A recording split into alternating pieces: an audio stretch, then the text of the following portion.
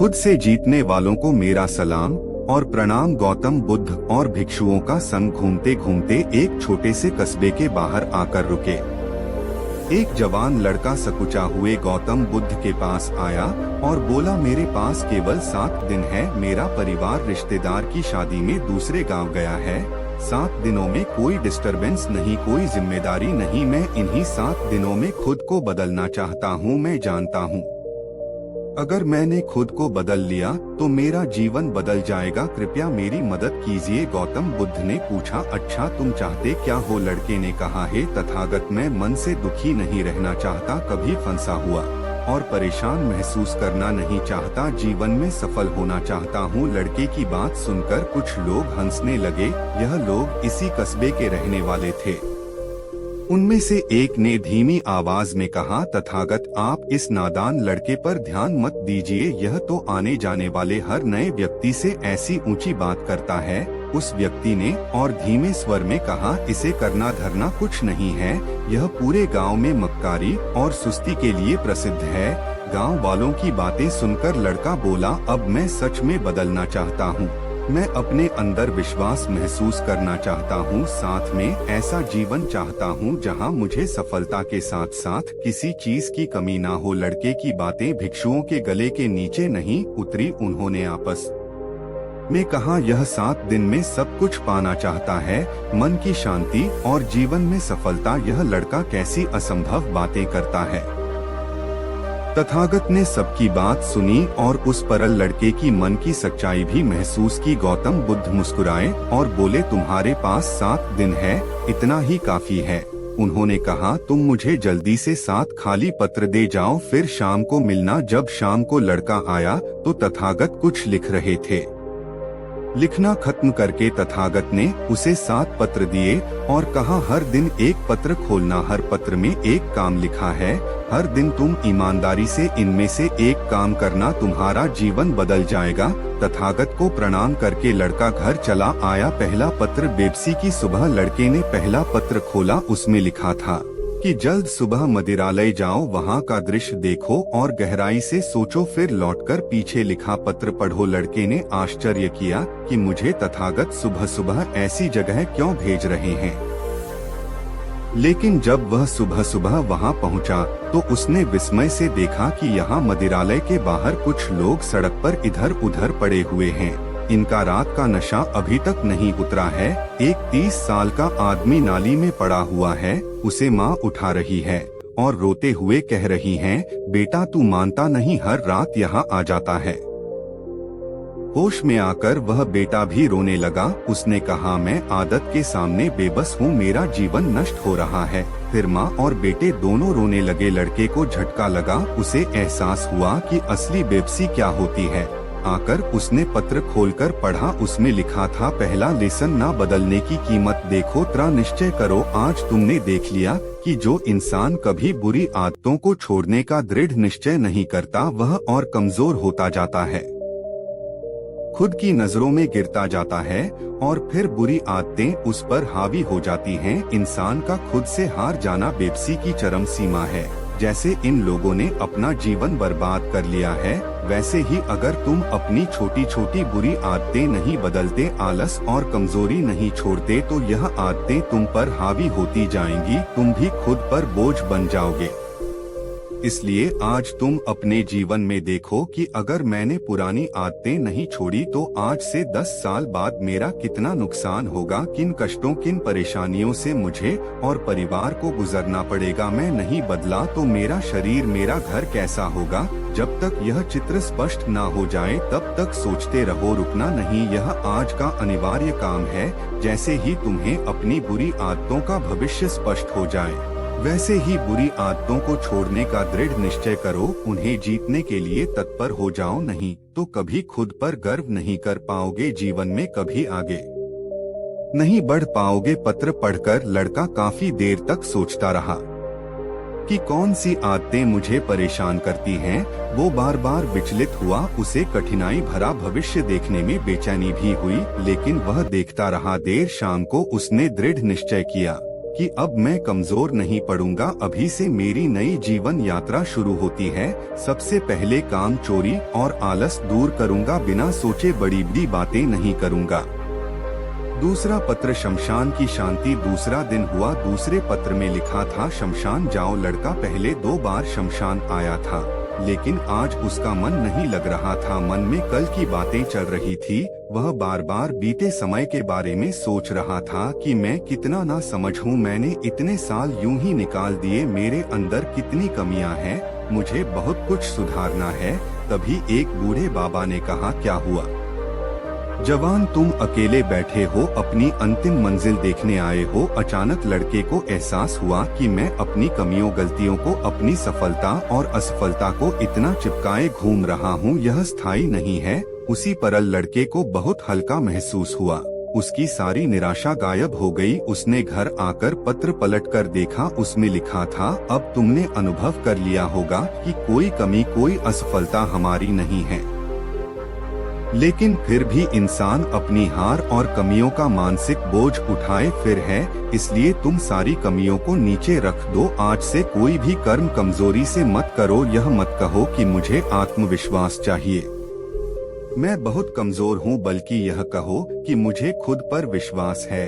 मैं जो सोचता हूँ उसे शुरू करता हूँ और अच्छी तरह पूरा करता हूँ। तीसरा पत्र घोड़े की सवारी। तीसरे दिन के पत्र में लिखा था कि घोड़ी की दौड़ देखकर आओ तुरंत उठा और पास के शहर पहुंचा, जहां घर दौड़ शुरू होती थी। पूरा दिन रेस देखते देखते वह सोचने लगा कि यहाँ से तो छोटी छोटी सीखने वाली बहुत सारी बातें हैं, पर वह खास सीख क्या है जिसके लिए गौतम बुद्ध ने मुझे यहाँ भेजा है। अचानक उसका ध्यान आखिरी रेस पर गया। अचानक उसे समझ आया कि वही घुड़सवार जीतते हैं जो अपनी नजर केवल सामने रखते हैं, क्योंकि अगर घुड़सवार थोड़ा सा भी मुते हैं तो तेज भागते हुए घोड़े का संतुलन बिगड़ता है, उसकी चाल बदलती है और गति भी कम हो जाती है। लड़का संतुष्ट होकर घर चला गया। तीसरे पत्र में लिखा था, जैसे कि तुम सफल होना चाहते हो तो आज से सफल इंसान की तरह अपने समय का निवेश करना शुरू कर दो। फिर तुम्हें कभी भ्रम नहीं होगा कि सफलता मुझसे दूर है। चौथा पत्र बाजार का चौराहा। लड़के ने चौथे पत्र की पर्ची खोली जिसमें लिखा था, जब तक कुछ सीख ना जाओ बाजार के व्यस्ततम चौराहे को कई बार पार करो। लड़का बाजार आया और मुख्य चौराहे पर आकर खड़ा हो गया। उसने देखा काफी व्यस्तता है, हर कोई अपने काम से इधर उधर जा रहा है। सड़क पर ट्रैफिक भरा हुआ है, कोई पैदल चल रहा है, कोई गाड़ी से जा रहा है, कोई आराम से चल रहा है, कोई आदतन तेज भगा रहा है। लड़के ने रास्ता पार किया और दूसरी साइड पहुंचा। उसे कुछ खास सीखने को नहीं मिला। फिर थोड़ी देर बाद उसने दोबारा रास्ता पार किया। ऐसे 5-6 बार रास्ता पार करते करते उसे ट्रैफिक से प्रॉब्लम होना बंद हो गई। वह स्वाभाविक रूप से अपने आप को बचाते हुए आसानी से रास्ता पार करने लगा। उसने पाया कि अब वह ज्यादा अलर्ट है, उसका डर खत्म हो गया है। घर आकर उसने देखा पत्र की दूसरी तरफ लिखा था, लेसन 4, ध्यान सीखो और मन की ट्रैफिक को बिना उलझे पार करना सीखो। जब तुम आते जाते विचारों को देख सकते हो, उनसे उलझते टकराते नहीं, तब मन तुम्हें विचलित नहीं कर पाता। तुम मन के मालिक बन जाते हो। तुम्हें बुरे विचारों से डर लगना कम हो जाता है, अपने आप सतर्कता भी बढ़ती है। तुम अच्छे बुरे विचारों की जाल समझने लगते हो कि इस प्रकार के विचार मुझे बार बार आते हैं।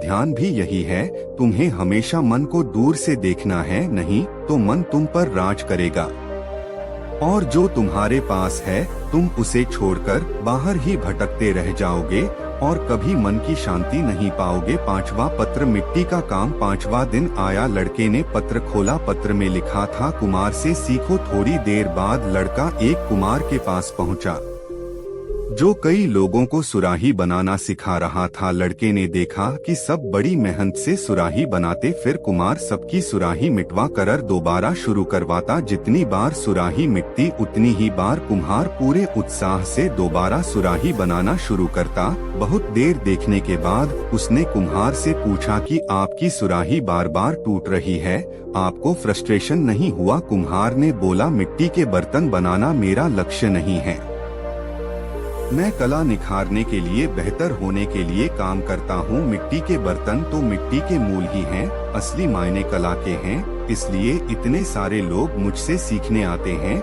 लड़की को आश्चर्य हुआ कि एक साधारण से कुमार की इतनी गहरी सोच हो सकती है। उसने घर आकर पत्र पढ़ा, उसमें लिखा था, लेसन 5, जो भी करो उसकी कला में निपुण बनो, तुम्हारी कीमत और बुद्धि अपने आप बढ़ेगी, मुझे मिलेगा, मैं तभी काम करूंगा जो इस भावना से काम करते हैं वह कर्मचारी बनकर रह जाते हैं। उनके पास हमेशा कमी होती है, लेकिन जो हर बार अपना काम बेहतर करना चाहते हैं वही कलाकार बनते हैं। उन्हें फेलियर फ्रस्ट्रेट नहीं करता बल्कि ही बेहतर बनाता है।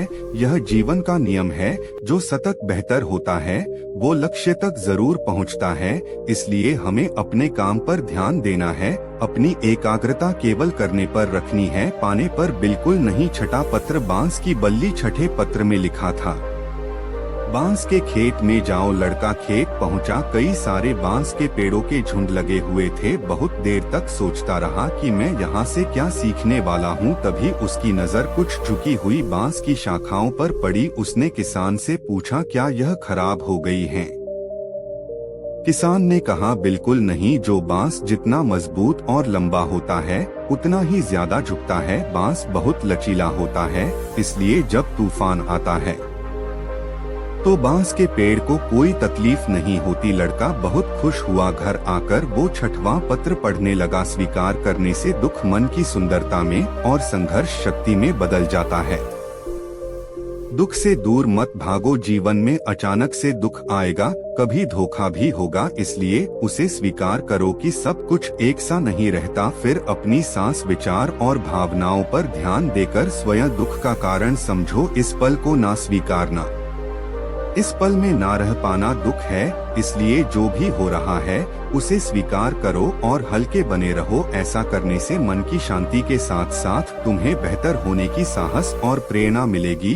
सातवां पत्र, सतत अभ्यास। आखिरी दिन लड़के ने सातवां पत्र खोला। पत्र में लिखा था, आज तुम्हें कहीं नहीं जाना, पर यह समझना है कि सफलता पाई नहीं जाती, मन की शांति पाई नहीं जाती, बल्कि हर दिन अभ्यास की जाती है। जब तक ये अभ्यास स्वाभाविक ना हो जाए। पिछले 7 दिन में तुम्हें 7 सबक मिले जो अभी तुम्हारे मन के लिए विदेशी सिद्धांत है। तुम्हें इन्हें अपना बनाने के लिए यानी मन में उतारने के लिए सतत अभ्यास करना होगा, तब जाकर मन इन्हें स्वीकार करेगा। जो मन में उतर गया वो अपने आप जीवन में सांस सांस के साथ उतर जाएगा। तथागत ने आखिर में लिखा, अब हर दिन एक पत्र को पढ़ना और हर दिन विशेष रूप से एक चीज को ध्यान में रखकर प्रयास करना, फिर तुम्हारे लिए जीवन में किसी भी चीज को पाना या मन की शांति को पाना मुश्किल नहीं है। तुम्हारे लिए सब कुछ सुलभ हो जाएगा। लड़के को गौतम बुद्ध की सारी बात समझ में आ गई। उसने पहले दिन के कमिटमेंट को याद किया और काम पर लग गया। समरी में सबसे पहले दृढ़ निश्चय, बुरी आदतों के सामने शिथिल मत पड़ो। बुरी आदतों का जीवन पर असर समझकर इन्हें दूर करने का दृढ़ निश्चय करो, क्योंकि इंसान का खुद से हार जाना बेबसी की चरम सीमा है। दूसरा लेसन, कमियों और असफलताओं का बोझ नीचे रखो। कोई भी कर्म कमजोरी से मत करो। यह मत कहो मुझे आत्मविश्वास चाहिए, मैं बहुत कमजोर हूँ, बल्कि खुद पर विश्वास करो कि मैं जो सोचता हूँ उसे शुरू करता हूँ और अच्छी तरह पूरा करता हूँ। अगली सीख, भविष्य से जियो। जो लक्ष्य चाहिए कि उसे देखो और वही बनकर जियो। मन का घोड़ा बार बार दिशा भटकने पर बेचैन और धीमा हो जाता है। लक्ष्य को सच मानकर अभी में जीना शुरू करो। अगली सीख, ध्यान सीखो। मन के ट्रैफिक को बिना उलझे पार करो। मन के बालिक बनने से विचारों से डर खत्म हो जाता है और मन की शांति मिलती है। अगली सीख, कला में निपुण बनो, तुम्हारी कीमत अपने आप बढ़ेगी। छठवां लेसन है, स्वीकारने से दुख मन की सुंदरता में और संघर्ष शक्ति में बदल जाता है। और आखिर में सतत अभ्यास करो। जीवन के इन 6 मनकों को सतत अभ्यास के धागे में पिरो लो और महान जीवन की रचना करो। दोस्तों, कमजोरी हमेशा एक छोटे विचार से शुरू होती है। अगर इस बीज को यही नष्ट ना किया जाए तो छोटा सा विचार भी जल्दी झाड़ बनकर बुद्धि को ढक लेता है। वीडियो में गौतम बुद्ध ने 2 बातों पर जोर दिया है, आप देखिए और सीखिए कि कैसे विचारों को नियंत्रित किया जाता है। अभी देखिए या बात के लिए सेव कर लीजिए, क्योंकि आपके समय से कोई वीडियो, कोई ऐप, कोई न्यूज़ कीमती नहीं है। मैं काम के किस्से लाता रहूंगा, हम जीतेंगे। और वीडियोस के लिए हिंदी विचार चैनल को सब्सक्राइब करें।